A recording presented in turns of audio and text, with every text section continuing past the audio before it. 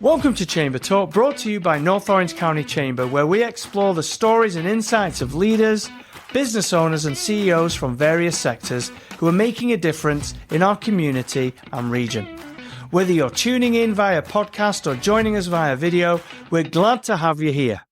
I'm your host, Andrew Gregson, and today we have the honor of welcoming David Gallanders. David is the Executive Director of Pathways of Hope, a non-profit based in the city of Fullerton, which actually is one of the oldest cities in OC, so it's an OG, I think they call it over here in America. Under his leadership, Pathways of Hope has been a leading force in fighting to end hunger and homelessness. With a team of diverse and dedicated professionals, and the organisation provides critical access to shelter, food and prominent housing solutions for families and individuals in need. Welcome, David, to the show today. Yeah, thank you so much for having me. It's a pleasure to be on.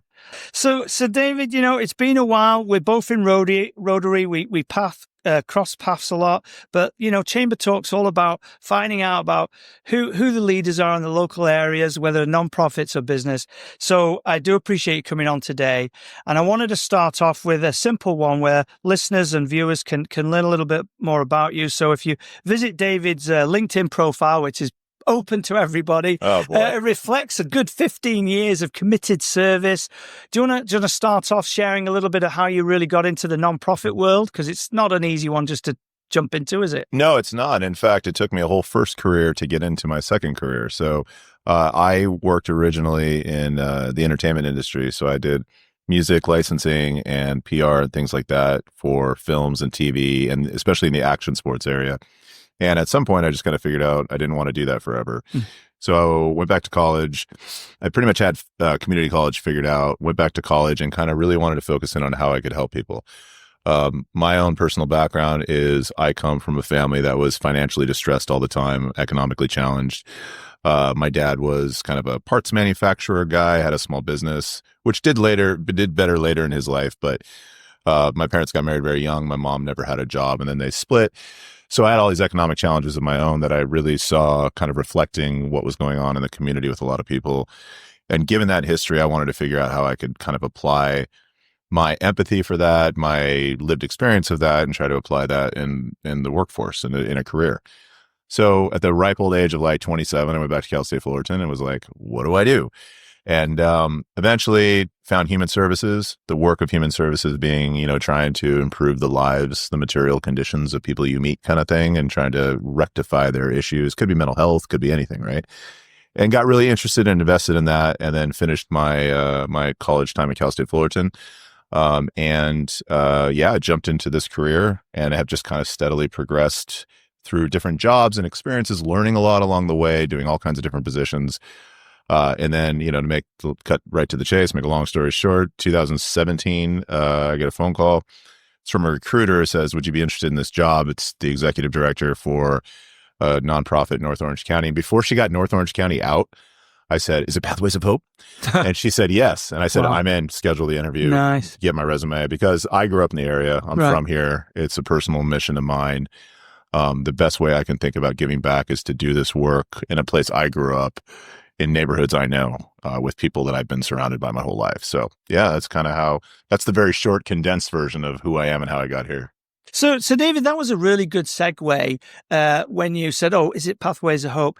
And obviously you living in the area for such a long time. Do you mind sharing, how long's Pathways of Hope been around? Because obviously it's been around for a while. Yeah, this is actually our 50th year, which is kind of crazy. And we're going to be celebrating that a little bit more openly at Look Who's Dancing, our dancing fundraiser, which you're aware of, and many of the members of the community are aware of, in the fall this year, which we're excited about. But 50 years. We started off in 1977.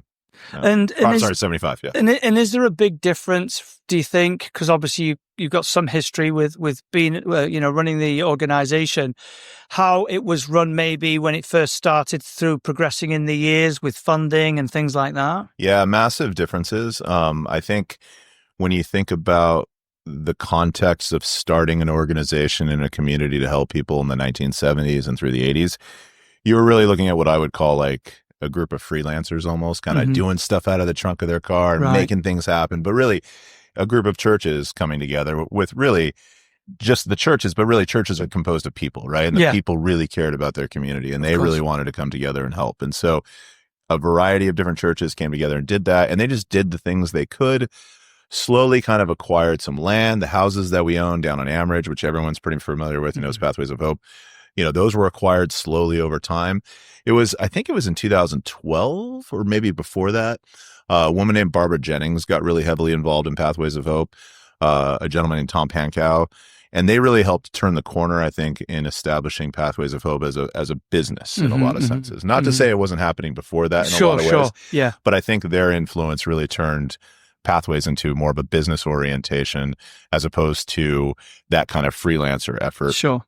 And I think what I've tried to do best I can, and really it's about the people that work with me more than it is about me, is try to continue that model, and to try to make us function in a way where if you put an investment in a Pathways of Hope, you know where your money's going, how it's being used, and you're confident that you're getting the best bang for your buck. And I think that's a different mentality than maybe we first started out with. But I have such a deep appreciation for grassroots advocacy and people that do that kind of trunk of the car. Like, do you need a bottle of water? Do you need a blanket? Like, let's help you. That's where it starts, isn't it? Yeah, exactly. Yeah. And I just believe in helping people. So I think if that's where you start, if that's where your core is, you can do a lot of good things with that. Now, everybody has a mission statement, and it's there usually for folks who are not quite sure what it means, what it really is. But it's never long enough to explain really what it is. Yeah. So do you mind sharing a little bit to the audience is like, what is Pathways of Hope deep, like inserted to, and what it wants to try and achieve, or it is achieving? Yeah, I think this is a great question. I always really appreciate when this question comes up because to me, as you said, a mission statement's just it's not even, it's like a marketing thing, isn't it? Yeah, it's not even an elevator speech. No, what I mean? An elevator pitch, you'd have longer to explain. You have a minute. You'd have a minute, right? 90 seconds a minute, right? That's what we're always told, right? To me, we work in two tranches. That is the sections of housing and food. And that's what we do. And we do both very, very well. But our ethos as an organization comes down to something that I think a lot of people can appreciate, which is customer service. Right. So we hold ourselves to an extremely high standard to make sure that people who come in contact with us and need help get the best experience possible. Right. And it's a little bit of a different take, I think, sometimes than other people think about, because I know just from doing this work for so long now, customer service is not always front of mind. And a lot of organizations think about volume. So they think about how many people they can help. Instead, our perspective is every person that walks through the door at any one of our sites or leaves a phone call for us or however they get in contact with us, our job is to do the best job we can to satisfy their issues and make them feel like we did a good job. We take customer satisfaction very seriously. And the reason I'm bringing this up is if you want to understand Pathways of Hope, one of the really important things to understand is that quality and that level of standard we hold ourselves to, that commitment to excellence. That's what you can expect from us. And then that drives every decision we make in terms of what projects we'll take on. And that's why we're not a volume-oriented organization and why a lot of organizations are bigger than us, quite frankly, is we have that perspective. And I think, if I get an elevator speech to talk to someone, which I frequently do with people who are considering investing in us and things like that, I focus really high on the quality because I think it's relatable content, right? It's something that if you own a business, if you're just a consumer of something, when you go to Chipotle and then they send you an email or something because you ordered online and it says, how did we do? Right. Yeah. We do that with our people because we take their feedback really seriously and we implement change based on it. Because I think that's just a dignity thing. I think that's just about treating people really well and treating people with respect and understanding you're not better than anyone else and they should have some say in what you're doing for them. I really love that. I think you're 100% correct, and I feel I would want to look at it the same way because you're right. Everybody looks at big numbers. Oh, we're doing this, we're doing that. When really at the end of the day, it's not about what we are necessarily doing. It's who we're serving and how we're serving them and are we serving them in the right way. And folks, I think, especially in certain circumstances, they tend to get a lot less respect anyway. And I think that's amazing that you're doing that. So seriously, I really thank you for doing that. You did mention something there for those who you help. Would you mind sharing about who it is you particularly helped? Yeah, and I think this is an area too where there's probably some misunderstanding about what some nonprofits do and don't do, and not just us, but for everybody. And I think this gets into potentially a whole conversation about who is homeless and why they're homeless. Right. And I think it's really important for us to understand that the best way to solve homelessness is to keep people from becoming homeless to begin with. 100%, yeah. Now that has a lot to do with how you reconcile the cost of living and the cost of living crisis we're having in this country with the realities on the ground, right? And so we do quite a bit of work. In fact, over the last year or so, we have worked on a couple projects that are spectacularly large to keep people housed. And a lot of these people are your poor and working class folks that live around here. You know, they're people that serve you a latte at Starbucks. They're people who, help you at Target. They're people who, maybe work at the daycare that takes care of your kids. These are people who are also oftentimes one economic calamity away from homelessness. In our field, the way I think of it is, and not just me, but this is how I characterize it, is as the economic backslide, right? So you have one major calamitous event that happens and you start descending down this path of, I got a 3-day notice. Now I have an eviction notice. Now this is now I'm staying with family. Now I'm staying with friends. Car. Exactly. And then the next steps, I'm in my car, which is a whole other issue completely in terms of there's a massive population of people that do that. Yeah. And then, and now I'm in the streets and now I'm back in a shelter or something. Right. And I've never been here before. And I started up here where I had an apartment. Right.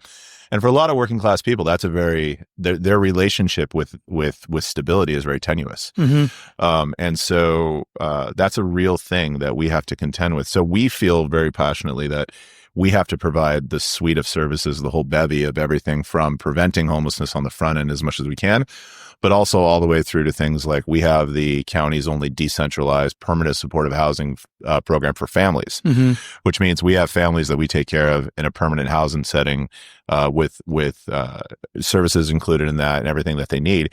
And typically those families have an adult with a severe disability and they have been chronically homeless in the past. So you can see there the gamut from helping those kinds of families all the way through to helping someone who's just working class and just trying to get by and maybe has an economic calamity. And in between, there's everything else. Right. So it's a massive gamut, but we feel very certain in the fact that we have to have solutions at every post. But interestingly, it's also why I don't think homelessness is solvable either. Sure. So I think that reality ends up being something that you kind of have to contend with when you're seeing it at both ends of the spectrum. Well, I feel that to the general public, when you talk to people, is they immediately, as they think homeless, they just really think of somebody who's pushing a car, who physically is just like that. What they don't realize is, and in fact, this is something that Ronald Reagan had said many years ago, wasn't it? Most people are only a paycheck away from actually being homeless. That's true. And if anything that COVID has taught us is that is very, very true. So, on that point, I suppose the next question is, what types of programs do you lead with or that you have that particularly help? Because you've got such a big spectrum. You do have the guy or girl who just had a job, like you said, and lost everything, or you have somebody who has been, literally homeless or without home for some period of time. What do you do with all that? Well, and even another factor in all of that is how food plays a role in that. So huge. You mentioned COVID, right? And so during COVID, a couple of really big things that happened to our organization to deal with sort of people all over the spectrum that you're talking about is our food pantry at the time was seeing about 50 people a day walk in and get food. Okay. When COVID hit on March 14th, 15th, 16th, 17th, whatever it was in 2020, we turned the page and the next day we had 250 people just stood outside the door. We had to set up stanchions and create a snaking line like you were at Disneyland or something. For people like getting on a ride for people to wait for food. Yeah. It was crazy. I mean, we didn't miss a single person. Anyone who came to us got services, got food. But there was that, which was crazy making in its own right. And then on the other end, about a year later, kind of through some of the things that happened, I think the outgoing administration in 2020 signed something into law that ended up funding a rental assistance and relief program for us. That was, I think it was in the neighborhood of like $11 million. Right. And those were people who were affected by COVID that had been way behind on their rent because of the moratoriums that were put in place, but they hadn't been able to return to work. So they had to show us they couldn't go back to work, or they hadn't, or maybe they had just gotten back to work, just got recalled to work, and they were 4 or 5 months behind on their rent. And so we're trying to help juggle all these things and keep people housed. So this is kind of a long way to answer your question. That Sure. it's all of these separate kinds of things. So it could be, we own a family shelter. So we own the building. So we run a family shelter out of this building. We have permanent affordable housing. We have permanent supportive housing, which is, like I mentioned earlier, housing for people who are chronically homeless. We do that for both individuals and the family program I mentioned. And then on the front end, we have all the prevention work. Right. But if you came into our food pantry and got food, and we do an appoint system. We do about 70 appointments a day max. That's our max limit. And we come close to that every day. One of the things we're going to ask you is, what's your housing situation? Okay. And then try to figure out like these Where other you fit. things. Exactly. Right. Because there's a couple cool projects we're working on that I can't talk about yet. Right. I'd love to come back and talk about them. We'll do that again. I think your we'll have an episode 2. Oh, I love it. Or we could talk more about Liverpool Football Club. Yeah, that's okay too. But a couple things we're doing to address those folks who are kind of falling into those gaps. And you do have to have a spectrum of safety net services available for all of these people, because all their stories are different. Like you mentioned, a lot of people think it is just one gentleman pushing a cart who's been out there for 30 years. Yep. It's not. It's not at all. Not. It's terrible. It's really not like that. So one of the things you mentioned there was it's almost like supply and demand, right? You've got 50 people, now you have 70 appointments, but COVID happened, you had 250 or whatever. Supply. What happens there? Who helps you supply your needs? Oh, well, what's really great about the food side of the work that we do is we have a lot of fantastic partners. I mean, Second Harvest Food Bank is an incredible partner to just about all food banks in Orange County, or food pantries in Orange County, that are, good high functioning ones with regular schedules. They will provide the food, and they provide us our food. We do OC Food Bank too. We use them as well. We purchase food for ourselves when we need to. We have probably the best part of all of this. Like, we love all our partners that do that, but it's the community, right? Yeah. Businesses host food drives for us. Yeah. And then they pull up their truck and they're dumping out food and everyone's smiling, and our team's unloading. And it's like, I'm getting my social media person over there, get photos, let's thank the business, and all that. And I love all that stuff. So it's a community effort. It brings together so many people. But, you mentioned those first days of COVID. It feels like forever ago in some ways. And in some ways it feels like yesterday. Yeah. I know. Yeah. I was just telling someone the story yesterday. Is right around Easter time, it's about a month into COVID, basically in 2020. Second Harvest was getting a lot of grocery rescue that was coming back to them that was like treats for Easter, right? Like chocolate bunnies. Right. So there's literally a picture of me holding a giant chocolate bunny in front of our Pathways of Hope sign at the hub where we do the food distribution. We had just gotten a pallet of those, and I thought it was hilarious. But you know what we got to do? Like, for households that needed that? Give it out. Some kid got a chocolate bunny. Yeah. He's stoked. Yeah, I like a chocolate 100%. bunny. Yeah, 100%. And they'll remember that forever. Drink the tea. Yeah, they'll remember that forever. 100%. Yeah. And sometimes, going back to the customer service element, sometimes it's about putting smiles on people's faces. Yeah. That are in a really hard time. And you want to do more to help them, but you can control the experience they have with you. Like, you have control over that. Yeah. You can't always control how they're going to interpret it, because even despite all of our efforts and despite every business's effort to have really good customer service, some people are going to be dissatisfied. And of course. Okay, that's fine. You can't please everyone all the time. Never. No. But if you can a little bit, that's a good feeling. And that should be coupled with our work, I think. Now, you mentioned just a moment ago about, now you 70 appointments a day for the food. I'm just assuming this. So I'm assuming that's because it's like a supply thing, because you're only going to have so much in for the day to do that.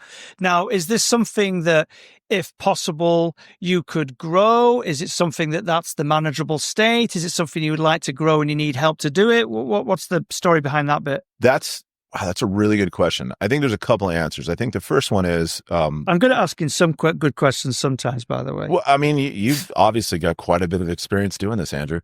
Who knew you were so good at so many things? It blows. Does your staff know that? No. They haven't figured it out yet? No. Yeah. They're carrying me. Right. That's how it always is, right? There's someone behind us that does the real work. Yeah, that's right. So we at the Hub of Hope in Fullerton, we do the 70 appointments because it works. The time slots were open 1 to 4, and the prep in the morning to get the food ready, to stock shelves, to we get grocery rescue. We go pick up from tons of places too. We have that aspect of our work.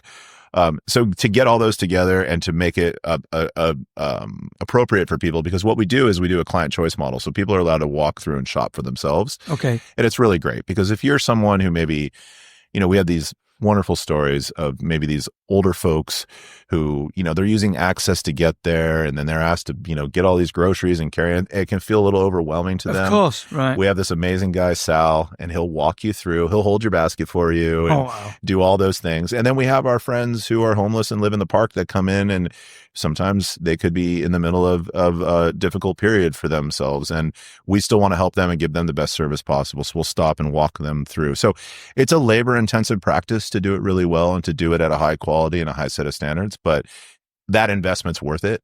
To expand that, I think, requires potentially a second location, and so we're looking at doing that now. We'd like to do something in Anaheim specifically. Right.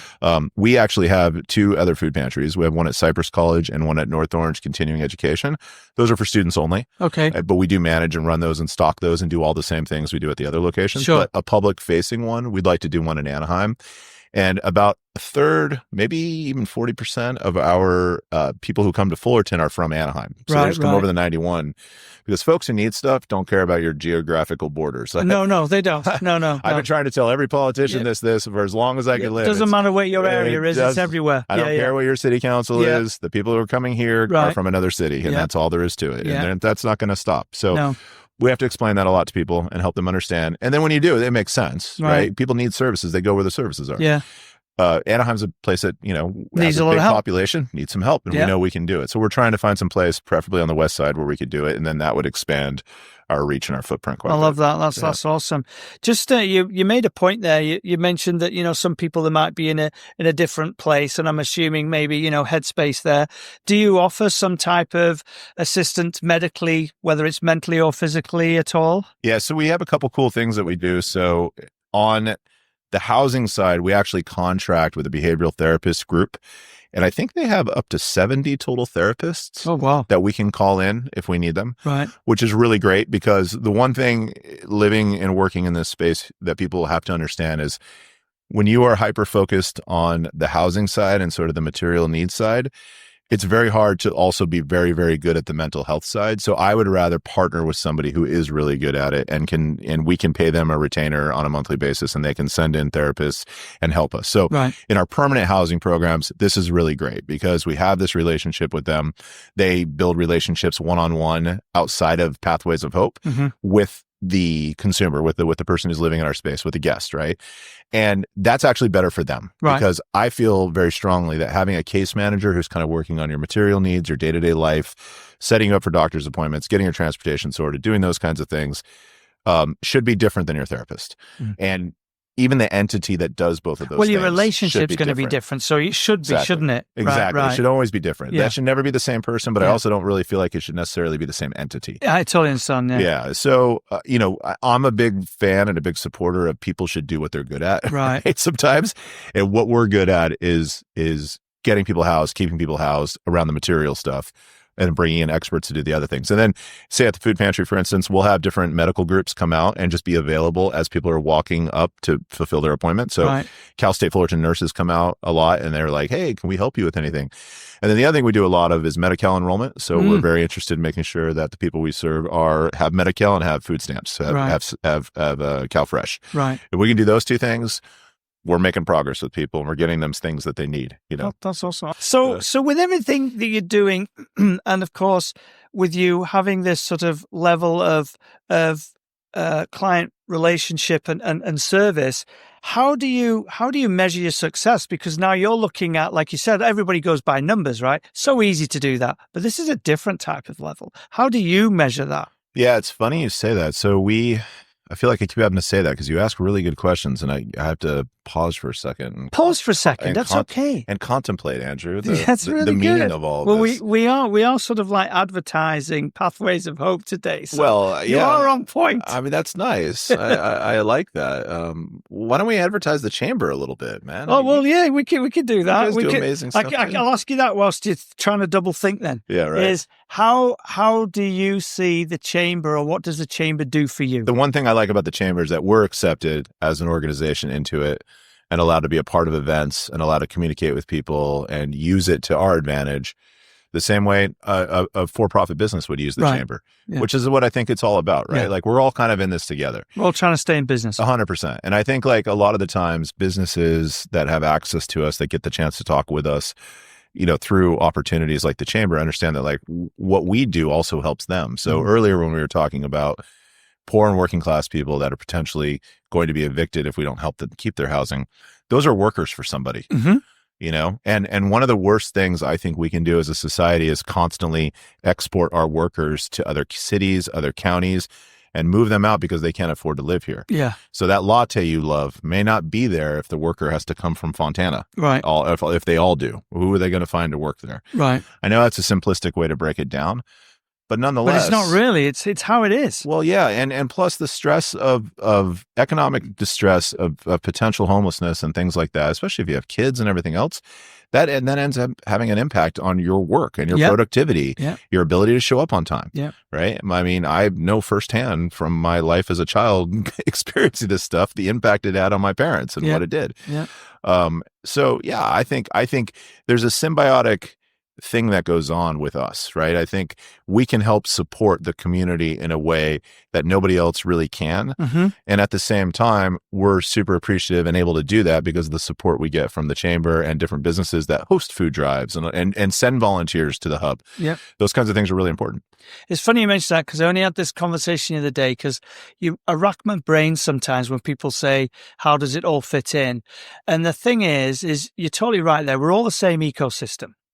So the chamber is a non-profit for businesses. So like you take care of your clients, let's say, I take care of ours. But our clients also help feed you and your clients. They make their living from you and anyone who works at your place and even those people you help because it's all that one system.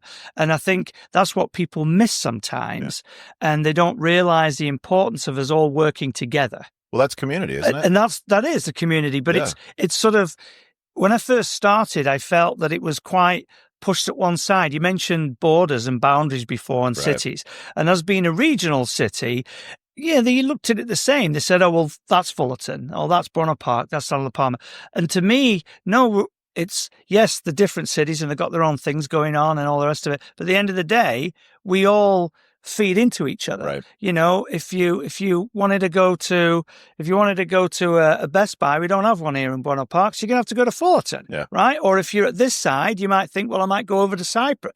That's just the way it is. And you're right, that's where everybody who requires your services comes from, even the people who provide you with the help you need. And that's where the chamber fits in, is it's that middle ground where people can come and go and see who can help, who they need to help, how they can help and stuff like that. So that connectivity is everything. 100%. And we exist on it on the other side, like you're saying, of the help for people. Same story. We serve the northern 13 cities in Orange County. It's called the North Service Planning Area around homelessness. I don't really care which city you come from. No. We're here to help you. 100%. You fill in that gap. Exactly. And that's the thing. It's the void. If you think about it, I think non-profits over the years, because of some of the things people have done in them as well, I won't pretend that that's not true, but I think non-profits over the years, people have gone by not realizing that they fill a gap that nobody else in any industry fills. There's no special company that goes out and does what you do. There's no special company that helps, mentally challenged children as so other non-profits and do. If I may, the government doesn't do it very well. The government nobody does it, right? Nobody does it. So if you didn't have non-profits, that void there is just a huge, massive gap. And that gap needs to get filled. And how else are you going to do it? And at the same time, it's frustrating because we are definitely still a Band-Aid. 100%. Right. I talk all the time very openly and freely about how we are not going to solve homelessness under the current sort of socioeconomic stratification of this country. It's not set up right, is it? It's not. And it could be. Yeah. We could make choices to make it that way, but we choose not to. Yeah. So provided those conditions continue, we will have a job doing this piece of the work because the problem's not going away. I just saw something yesterday and I commented on my very open LinkedIn, apparently, that you can go and look at. I think we're friends on there is why you could see that. But now I'm going to get stalked by someone who's going to get angry I wanted with you to me. get some more friends. You know, you needed some more people. Yeah, I do need more friends. No one likes me. But one of the funny things, or not funny at all. One of the tragic things I saw, but it's funny in the context you're bringing it up, is I saw a Voice of San Diego reporter talk about how and this is San Diego, obviously, but last month or last quarter or something, I don't know what the exact time frame was, but they were able to exit 994 homeless people into permanent housing. That's an amazing number, right? 994, almost 1,000. That's huge, right? Like, think about that for a second. No, that's not funny. Imagine 1,000 people lied outside your door, exactly, and you just found housing for everybody. And guess what? Now they're housed. And by the way, amazing. the recidivism rates on people who get into permanent supportive housing is very low. So almost everyone will stay housed. They're not going to go back to homelessness. Right. Here's the problem. They've seen where they were, and they don't want to do it, do they? Well, and they'll try, and maybe there's more help. It's up to well, here's the thing, right? And so I want to get to the other part of my point, but I'll say this. I've never heard a homeless person say, if I had a permanent house for you, I've never heard them say, no, I don't want the permanent house. Right. I've heard people say no to shelter for different kinds of reasons. Right. I know how the police interact with homeless people, and I know there's some disparity there in the thinking about what people who are homeless are saying versus what people who are officers are saying about sort of those realities. Those are tough things to have contentious, sometimes, conversations about. But I've never heard someone go, if I have keys and a lease for you, right, and you're not going to be homeless anymore, I've never heard someone say no to that. Right. So when people get it, they tend to hold on to it. Yeah. Now, there's a lot of services that have to come with that. You know, the guy you were describing earlier pushing a shopping cart, if he's been doing that for 20 years, the ongoing trauma of having been homeless and sleeping outside, because just so we're really clear, being homeless is essentially a 24-hour day of survival every day is about surviving to the next day. 100%. And so when you have that, that's a lot to undo when you get somebody into housing. So there's some work to do. A lot of times, some shelter stay is really important to kind of stabilize and then move someone on to housing, right? And it's not just usually you hand that guy the keys and you go. Yeah. There's some buildup into it, right? Yeah. But the funny thing about that San Diego article is, despite the 994 people that got housed, which again, unbelievably high. Yeah, it is. 997 went homeless, meaning they actually had a plus so really it was differential. Just a counterbalance. Yep. Oh my God. So when I talk about what did they do? They kicked the ones who had a home out and filled it with the ones who didn't? It's crazy. For a number game? Or? No, I think just that tenuous relationship that poor people have with their housing stability, it's a churn. It's a constant churn, and it never stops. Yeah. LA County used to have some statistic. I'm going to quote this, and the number might not be right. It was from a few years ago, but it was something like every day they were housing something like 56 people that were chronically homeless into permanent housing. Oh. So, they were getting people from, the Midnight Mission or some shelter or some rescue mission or something, and getting them into housing, and that would create flow for someone who's on the street to go into the shelter. So they could chart all this pretty carefully. Yeah, it's just a whole process. But the problem was 75 people were going homeless every day because of the economics of the situation. It's really hard. It's hard for poor people to keep housing. Very hard. It's funny you mentioned that it came across my mind very quickly there. But when you mentioned there about how, it could actually be, it'll never be fixed because nothing can 100% fix, but they could be a lot better and it could be a lot more effective is, from my first wife, I have a son. He lives in Germany. He's like 32 years of age, right? And I thought you were like 32. No, not anymore. Anyway, and I was talking to him about there was something that was going on over here some time ago, and I was just mentioning it to him, and this is him. Like he goes, well, why would they be homeless? Right.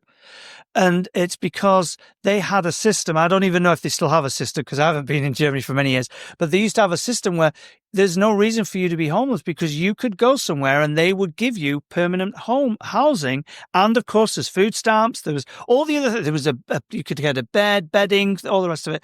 Not saying it's perfect, but they had a system. Yeah. And it's funny how you say that because America, we think of it being so forward thinking, but we probably are in some aspects.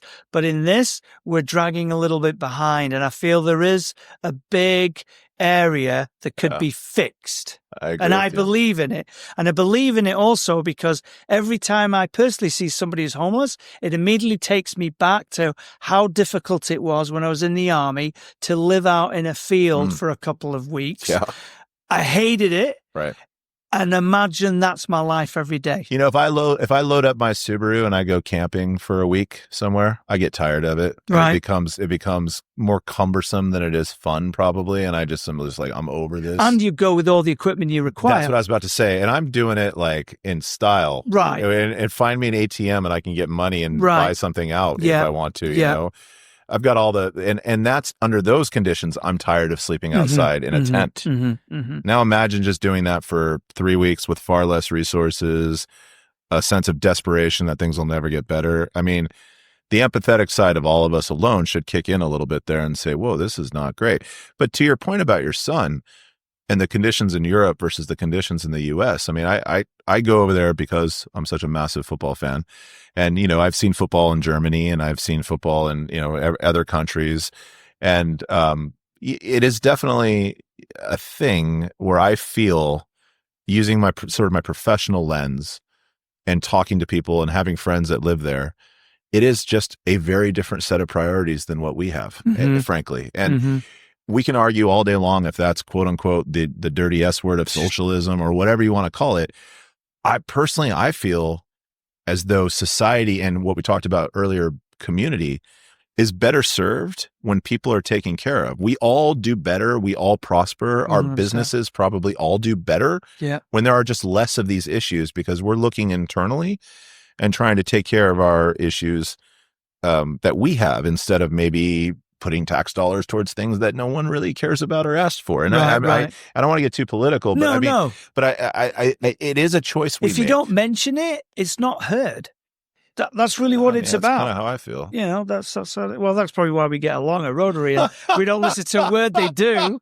We're just talking about our own stuff the whole time. Yeah, but I just look at I look at other places and I go, this is the most powerful and richest country in the world, and there are so many things I love about this country. I've traveled the whole thing several times. Wow. And, you know, over the summer, I did a road trip through Appalachia from Virginia area up through Western Pennsylvania, West Virginia, West Pennsylvania, up through Western New York. And I do a lot of film photography. And so I was taking cameras with me, taking photos of some of these really small towns that have kind of been wrecked. That they talk, you know, you hear a lot about on the news. Yeah, but us see them now and again coastal on TikTok elites, or something, don't you? Exactly. Yeah. But us coastal elites never see what the conditions are like. And you go to these places, and these people are not crying out for politics; they're crying out for help. Yeah. In these towns, and I think we lose sight of that sometimes about how much of this country is actually really hurting, and the fact that, you know, for a long time, no one's come to save anybody in these towns. No. It doesn't matter if it's red or blue, whatever political, no one's helping these people. No. And I think that requires a rethink of how we want to be as a society and what we consider important. And I am a very firm believer that in the world I see, it's one where people can succeed and achieve and accomplish great things through their own self-determination and things like that.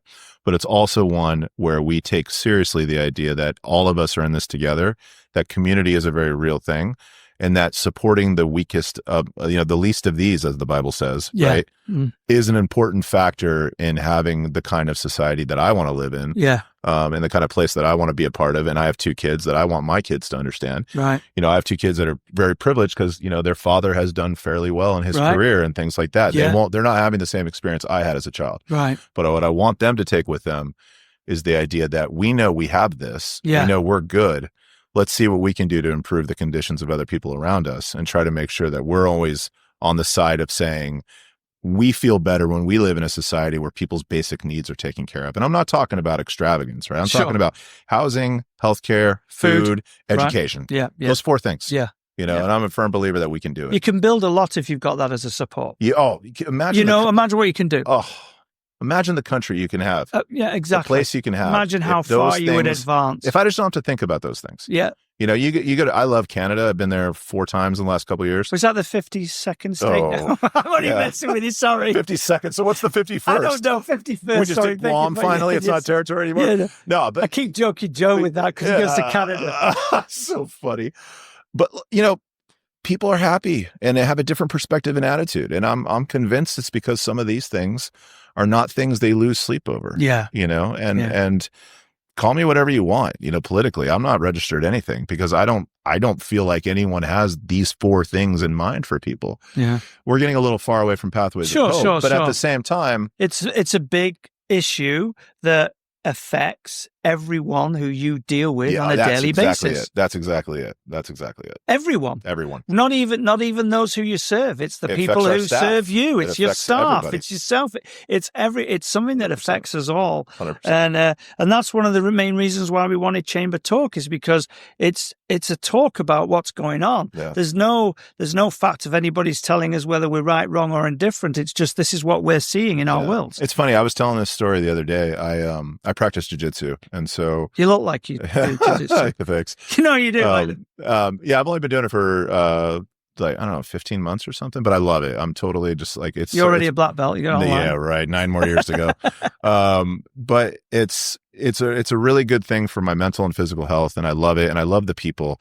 But what's interesting is the people are such a different cross-section of society. Everyone we have all these different stories, and then we spend hours rolling around on a mat in our pajamas together, right? Which ends up creating all these really great spontaneous conversations. And I kind of try to keep politics out of the gym, and knowing even what other people are into, because maybe clothes they're wearing or things they're saying or whatever. And I don't care. Like, none of that matters. But I had this really great talk with one person the other day. He was talking about who he voted for and why. And when I say this, you can guess who it was. He was saying that I just wanted change. Like, I don't think society is working for anyone, and I want to see change, right? And so he says that, and then we have a talk about what we think change is. Well, he has a parent that's wholly reliant on a medical system that's broken, and he doesn't see either political party helping that person. Right. So he wanted change because he's like, I'm desperate. Like, at this point, I just want to pick. I just want something to change. Something to change. Because from change, something else will change. Exactly. Right. And again, when I talk about like Appalachia, those people need change. Yeah. And so it's interesting. I think, and I always want to like talk about positives in this stuff. We have way more in common than we think, than we process. Like, it doesn't matter who you voted for as much as it is about what you want for you and your family and your community and those kinds of things. Yeah.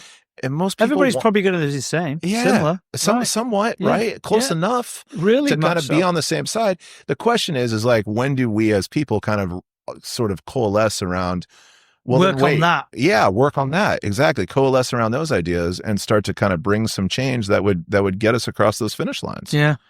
That's what I hope for. Yeah. I'm optimistic we'll get there too. I think we're seeing a shift in a lot of things where a lot of people who, over the last few years, especially through COVID, would have been like, oh, you voted for that guy? I hate you, and I don't like anything about you. Or you voted for that guy? You're for this and that, and I'll never believe. I actually think we're coming closer. I'm optimistic, at least. I like to be a little sanguine that we're coming closer to a place where people are all in agreement that, wait, we just want to be able to like have safe neighborhoods for our kids and stay in our housing and have food to eat and go to our church and like do our things without having that stuff like at risk and jeopardy. Yeah. So let's swing back, because all I asked you was, what do you think the Chamber does for you? And that opened up into Don. I mean, I know we have some political, somewhat a little affiliation, but I mean that's funny that's a lot to unpack. That's another day. Yeah. I'm already busy, but thanks for putting that on me there. I appreciate that. That was a whole bunch I didn't think anything I said was that bad. Yeah, I love people and I love community and I want it to be healthy. I'm sorry. I love it. I love it. At least we were drawn into that. Yeah. That's good. So let's go back to you. How do you measure your success? Well, Andrew. No, but on a serious note, you know, like you're totally right, and I feel very much the same. Is you can't just go by numbers, because it's not about the numbers. It's the quality of people you help. And I'm in a very similar job. It's for businesses. So, you know, how do you personally measure how you're doing, rather than the board going, well, you haven't got that much in the bank, you didn't get this. Like, what are you measuring as? So we're usually held to some set of metrics on every grant we get. And so we don't really ever have a problem hitting those. But one thing we did do is we instituted, I alluded to it earlier, a customer service feedback mechanism that people can actually answer surveys and talk about us. In 2023, we came in first place nationally for our customer service. Nationally, using this tool of all the organizations that use this tool. Because you're the only one doing it. Exactly. See, smart. I set it up that way. I even made my own trophy for it. Oh, great. I love it. No, I have a trophy. It's on my desk. Anyone's welcome to come by. And in 2024, it finished second, which I wasn't actually all that happy about, but Congratulations. That's still huge out of the whole nation. The Denver Rescue Mission just barely beat us. Yeah, and that's fine. Good for them. If you can be a rescue mission and get first in customer service, you're very good. Yeah, you're. Let's just say you must be very good. You saved some people. 100%. You made people happy, and did their thing.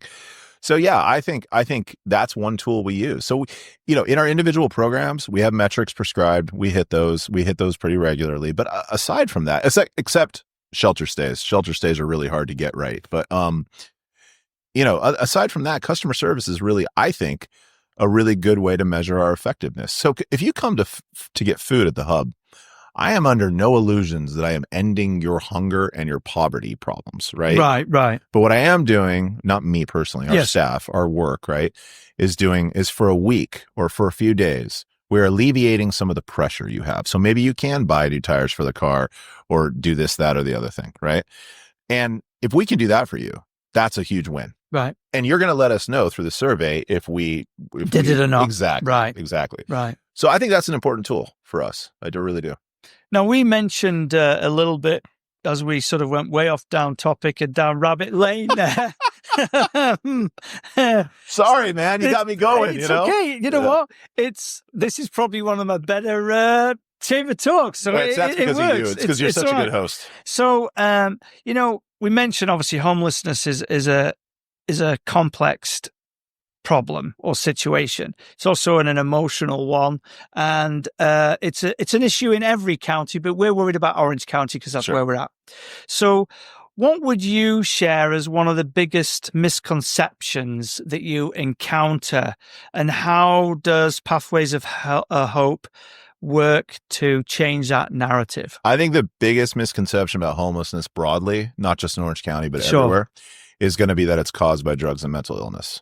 Now, I would be You do hear that a lot, I'll be honest. Of course you do. Absolutely. And I get that. I do understand where that impulse comes from. So I don't immediately demonize it, but I do like to correct it. Of course. There is a huge substantial difference between somebody who ends up homeless because of those two things and someone who ends up doing those things as a result of being homeless. Right. That makes sense. There's a huge difference. Now, I'm not an idiot. Absolutely. There are people who slip into addiction and have issues that end up creating a cascading thing that ends up with them being homeless. Of course that does happen. I'm not here to tell you it doesn't. Right. But I will say, by and large, the number one contributing factor to homelessness is economics. And I think what I would want to see from a paradigm shift from the general public who maybe doesn't work on this issue as intimately as I do, is I want to see a paradigm shift where people understand that fact, that economics is the reason people are homeless. It's an inability to pay for the rent of wherever they're at, or it's some kind of domestic violence issue that ends up being a spur. I used to work in domestic violence before I did this. So that can be a spurring incident into homelessness. I'll give you one really quick example, as quick as I can do it, at least, as you're learning. It's all right. Don't worry about it. People will remember listening to this when the river trail, the Santa Ana River Trail was a long homeless encampment for miles, right? Yeah.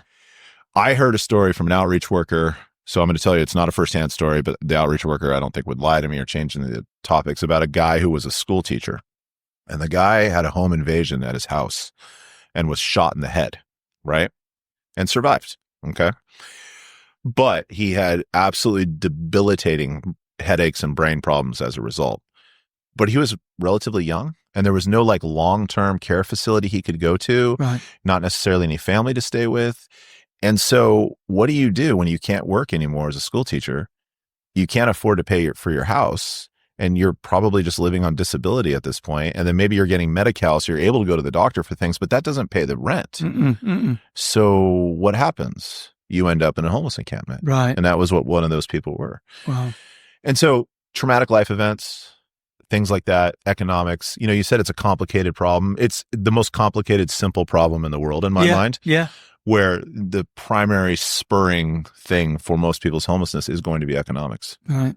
Well, on that point, because economics is part of my world. Of course. One of the things that we've just literally done is I've reached out to every government official who is official in this area that we have, and I've asked them if they can help us with some any type of funding, because what we want to do is those people who have their own little businesses that close just like that and could quite easily be living in the cars, we want to help them stay in business. Yeah. Whether it's helping them get more business online, whether it's just they didn't know they needed to do this to leave the doors open, whether it's anything it is. And so really we're starting to go down a very similar path as what you already have established, to be fair. I can really appreciate that. I live in the Orange Circle. So I've lived there for 25 years, my wife and I, and we've seen a lot of small businesses come and go. And a lot of the times it's really good people that are just struggling. And and especially during COVID, right? And I always wonder, it's like, if they just got a little bit of help comparable to maybe the help that we can just provide someone to stay housed. Right. If you could get a little bit of help to those people to stay in business, keep going. Could that help? Because I mean, for all the economic injustice I see in the world and the problems that our folks in particular, the people that we serve have, a lot of small businesses are in a very similar thing, and we should embrace small business and want to really puch and help small business. Well, you see, they're also the biggest employer. Yeah, exactly. You think about it, each business, like there's 69,000 small businesses in our region. There's 78 businesses total. Yeah. So that means small businesses, 10 to 1 employees, 69,000. That's a big chunk of that, right? Now that's 10 to 1 employees. So if each one of them only employed 2 or 3 people, those 2 or 3 people are staying home. They're staying housed. They're able to do all these things with the kids because they're earning money. Yep. But when they drop off, not only does the owner go, but then so does the employees, and it's a knock-on effect. And the reverse knock-on effect is if those employees are having a lot of difficulty that the business can't help with, because a mom and pop business, small business, helping an employee who's having a financial crisis due to a medical condition or a car breaking down, it's really hard to expect the business to step in and help. They can't do it, But if we do it as Pathways of Hope, that then helps the business keep their employees, and the employees show up on time, and then they continue that productivity for that small business. So. Yeah, I mean, I love that we're having that conversation, because everything aside from what we talked about with politics and all that stuff, that's just community. It is. It really is. And that's what it's all about. It's all community based. 100%. That's what it's all about. So I'm happy that we're talking about it, to be honest with you. So another part is, policy related changes, right? And obviously there's loads going on right now, like every day, right? Yeah. So what are the goods, the bads, and the things that are keeping you awake at night right now regarding all that? And this could even be to do with funding. Has funding been cut? Is it, whatever it is? I'm a big believer in the idea that he who worries before it's necessary worries more than necessary. Mm-hmm. So I don't spend a ton of time being hyper concerned about things that are not immediately impacting Pathways of Hope. Right.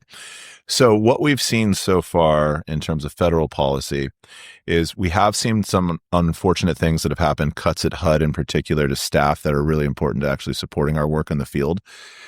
We have some real unknowns in terms of how funding from HUD is going to work in the next couple of years. There was a New York Times article today about some changes potentially to block grants for states, which on one hand, I live in California. Mm-hmm. Right? I actually have some confidence that we would probably do some good if we got block grants.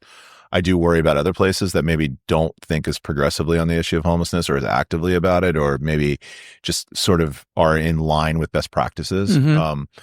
So we have seen some things that have happened. Nothing right now materially has affected our ability to do our job. What I will say is a lot of what is happening, I feel, is distracting a lot of people from staying focused on their work. So we do have a lot of people that I come across who are worried about the what ifs, and this could happen and that might happen. And that's all true. Yeah. I feel like, again, I can't worry about that stuff until it is happening. Right. The best I can do is keep us hunkered down, focused on our mission.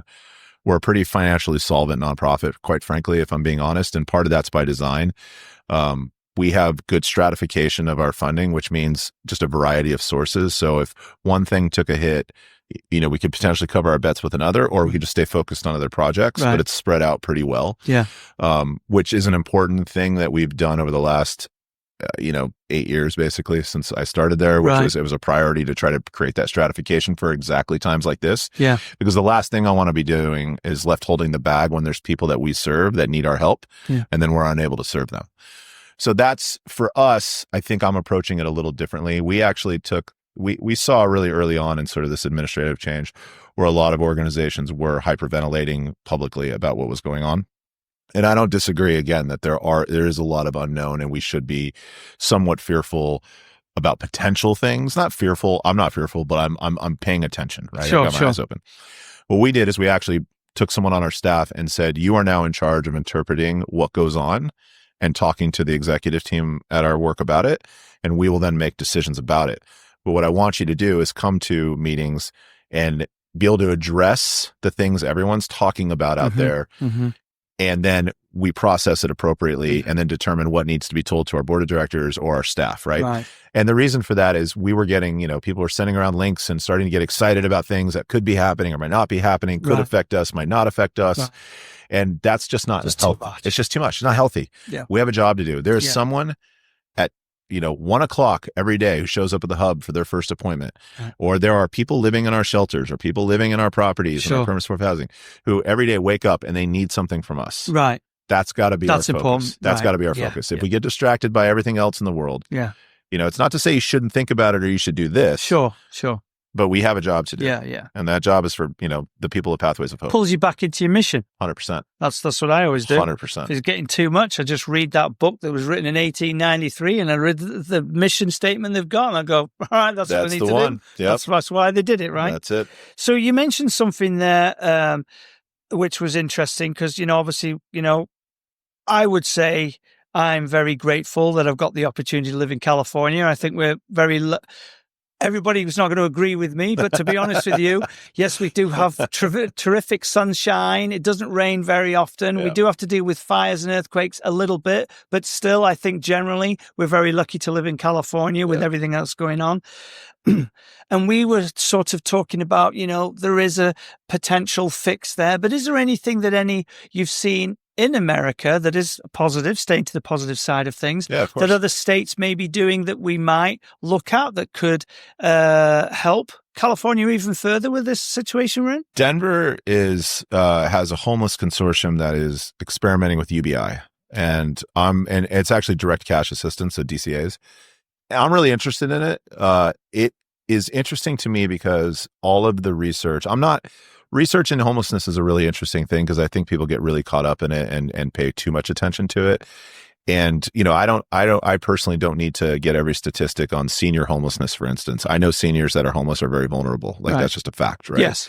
What I am interested in is data and research that demonstrates things like poor people, folks that are poor, struggling, working class. When you give them money, they almost to a person tend to spend it on their basic needs. Mm-hmm. They don't spend it on, what I think some of the, I think especially, the Clinton era welfare queens and stuff like that. I mean, that was just, that was a complete mischaracterization of how poor people, it's really insulting to them. Yeah. They get money, they spend it on the rent, they spend it on food, and this program is actually proving that. I'm really interested in California's potential capacity to experiment with UBI. Being the 7th largest economy in the world, there should be some kind of appetite for it. And I think as far as we've gone down the track of housing that's not affordable, and quite frankly, the state not doing enough to address that issue and to address that. I mean, they've done some things. I'll give them a lot of credit. Density bonuses and things like that we can do to build more housing. It's still not enough. And I am interested in working on things on the other side, which is income for people. That's an interesting experiment to me that's happening. They're doing it with people who are already homeless. Mm-hmm.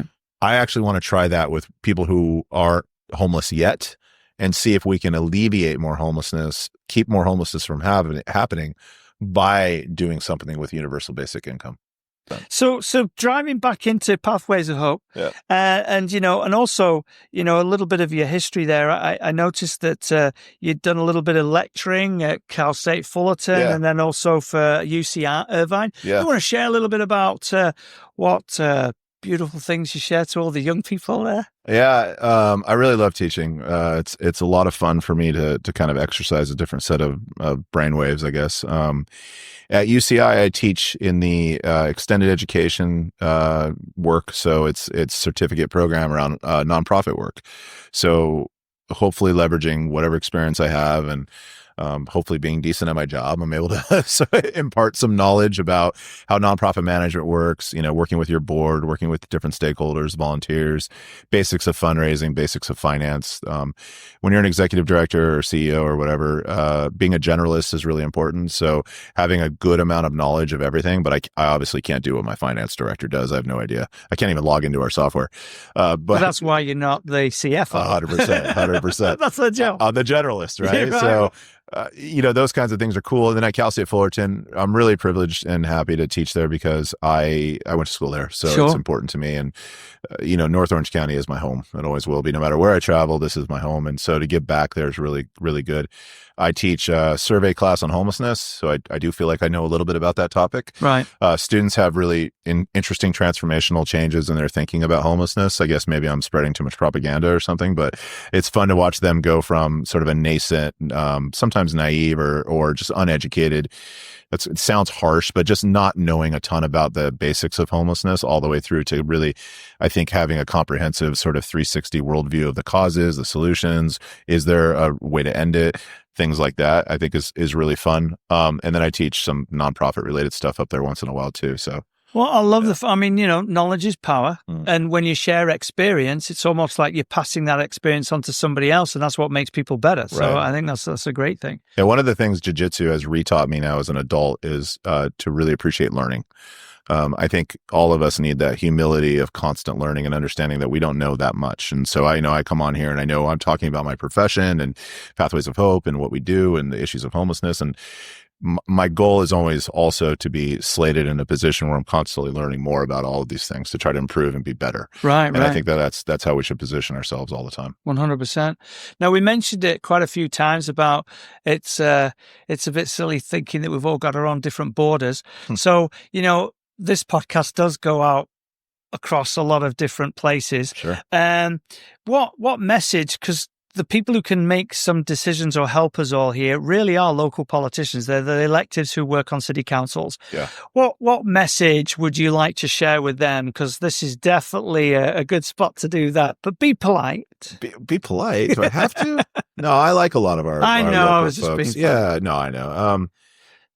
I would offer a couple things. So the main thing I think I would say is I would like to see people be more pragmatic and realistic about the issues we face, and what can be done about them, right? So even in Fullerton, which is where we're headquartered, we're kind of born and raised there. We still hold 3 offices there, 2 offices, no, 3, I guess, offices. No, 2. Yeah, I don't even know. I should know these things. We have 2 offices there, but we also have our property there and stuff. And we've spread out across, obviously, the area. When I first started at Pathways, there was a real sort of emphasis from these committees on ending homelessness in Fullerton. And I think we've done a good job of getting away from that. And I think the reason I say good job is because I think that's the wrong hyper-focus, right? Trying to say I'm going to end homelessness within our borders is not something I feel city council people should be really thinking about. Right. I think they should be thinking about collaboration with other cities.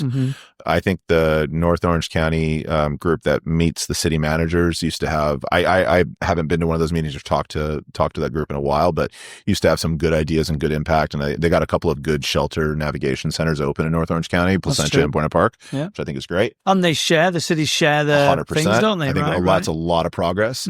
I would keep going down that path with very realistic conversations with the public. So I get that the public, and look, in 2018, we went through this pitched battle. I mean, receiving death threats and everything else about trying to build housing in Fullerton. And guys coming to our meetings, and posting on Facebook, we're going to follow you out to your car and stuff like that. It was just this crazy sort of thing that we went through. And housing is now being built on the piece of land, not by us, but I don't care about that. Someone's building it, which is the only thing I care about. Right. And so that's fine. Only thing I've ever wanted is something to be, the piece of land to be used for housing. Right. And I think more approach to the issue that says, we cannot answer the public's cries to end homelessness because no city council can make that decision either. And I don't think they should feel the responsibility to do that. Right. It's just unfair to them. Yeah. Instead, talking like we were talking earlier about how you maintain focus and where you concentrate things, what I would do is I would say, we are going to full-throatedly support local nonprofits who are doing really good work, acknowledge that they can only do so much. And we will also admit as the nonprofits, we can only do so much. Right. Just work really well in concert and partnership and say, we are taking on the issue as best we can. Mm-hmm. We're supporting them, but we're not being unrealistic and doing anything that sort of betrays the idea or demonstrates the idea that we think we're going to quote unquote end homelessness. Right. I would rather just see a full-throated approach or a fully assertive approach to supporting the organizations who are doing the best they can with the next person that walks through the door without thinking you have the responsibility of solving the entire issue. But because whether you're in Fullerton, you're in Anaheim, with your Cypress, La Palma, wherever, right? Right. The socioeconomic factors remain the same and you have no control over those. No. So don't try. No. And I know that sounds really like, wow, that's very dark and negative. Yeah. But in fact, it's not. It's more enlightening because it opens up your It is horizon. liberating. It is 100% liberating. Yeah. When you come to that conclusion and you can have realistic conversations with the community about why we have homelessness and why we can't solve it, suddenly you have people going, okay, well, what can we do? Right. How can we step up to the plate and help with this? Mm-hmm. And then people will do food drives for you. The people will raise money to help people stay in there. They will do community-based things to help their community without thinking they have to take on this massive sandwich that they can't even take a bite out of. Right. I don't know if that's a good analogy, but you know what I'm saying. Well, you might not have people following to your car because you want to build a building rather than having a tent on the land. You know what I mean? That's the difference, isn't it? I mean, all those things just really make a big difference. And I think, again, and when you're thinking about community, you can't, no matter how bad you want to, you cannot limit it to your street and your neighbor's street and your neighbor's neighbor's street.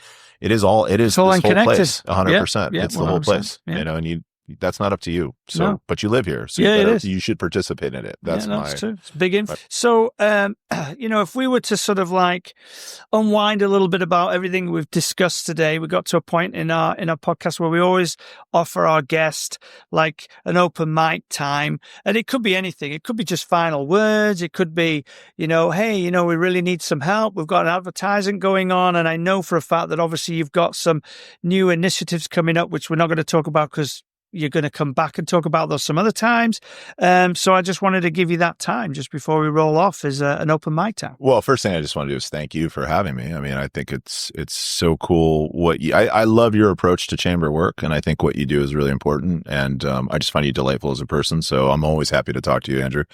I think as far as Pathways of Hope goes, I mean, we're important for the people we serve, but I think we know our role in what we do. And I think we're very conscientious of the fact that there are a lot of ways and a lot of things people can do to stay involved. But the one thing I like to sort of end stuff on or whatever, when I do talks or talk to the community is, it's going to sound a little bit hokey, but I just get involved in your local community. Just care about your community.